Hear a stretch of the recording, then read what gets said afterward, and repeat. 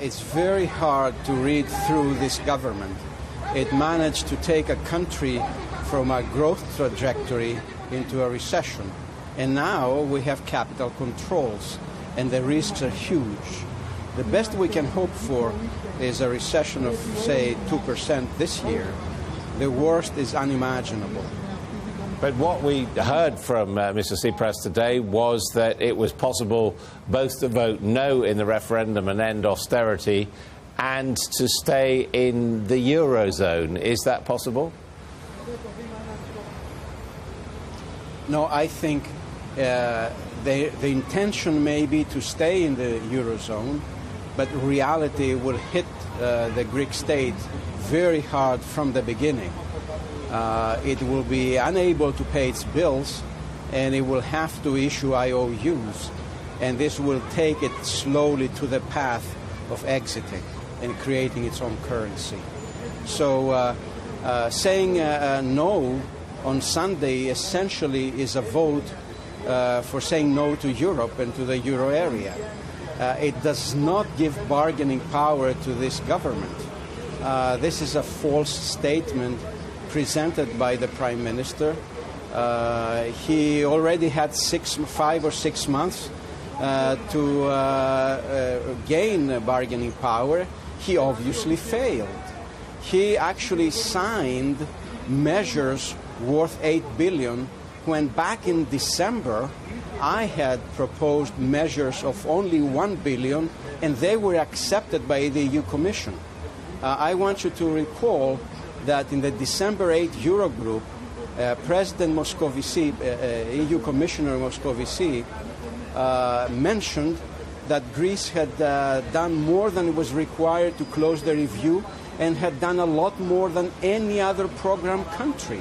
It was only the IMF and the ECB that resisted closing the review, obviously anticipating a leftist government and wanting to keep their cash. And yet, there are those who might say that what the Greek government at the moment is doing is managing to string everybody along, to kick the can down the road, to use that cliche, and therefore it is having the best of both worlds, keeping Greece in the European Union without facing up to these very dire economic consequences. Well, I'm afraid, Adam, that the time of kicking the can down the road is over.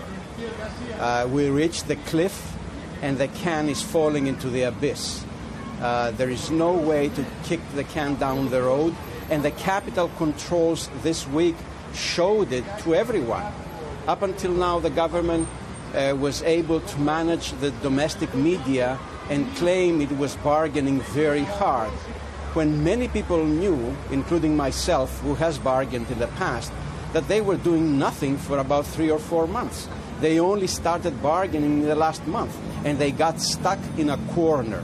And the referendum is a way of getting out of a trap. But the referendum is a false way to go. It was very quick. It does not follow basic principles. Europe came out and said it today, and it's unfortunate it's happening. Essentially, people have to realize in Greece that a no vote is a no to Europe. And I think the polls are shifting towards the yes vote slowly. And the thing that woke them up are the capital controls, is the fact that it's no longer possible to kick the can down the road without paying for its consequences. But does that mean that the Greek people are ready to face the very severe consequences, cuts in pensions and the rest? I mean, there are many people who say, looking at the Greek economy, it was never going to fit in the euro. Sorry, Adam, I missed the question, but I don't think the Greek people yet have understood what's next for them. They're only getting a small taste by not being able to get their money out of a bank. But right now, the economy is completely frozen. The companies cannot work. Exporting companies depend on importing intermediate goods. The small SMEs have a trouble paying their workers, paying for whatever they buy. Everything is, even consumers are refusing to consume because they know they don't have the cash. The economy is beginning a huge downfall, and it's going to become visible over the next month if it continues. But there is time to save it, of course, if we vote yes on Sunday. Was it a mistake, though, for Greece, the drachma, to become part of the euro currency? No. If you go back in time, I think it was a big plus for Greece to become a part of the euro area, because Greece is a small country, and I think being a member of the euro area implies internal discipline, discipline on the politicians to behave according to certain rules, not to inflate the economy, not to spend out of control. Of course, they managed to do it, although we were members of the euro area. I think what went wrong over the last 10, 15 years is that the market perceived Greece as being a little Germany. They never really bothered to come to Greece, really audit the finances, look what was going on within the public sector.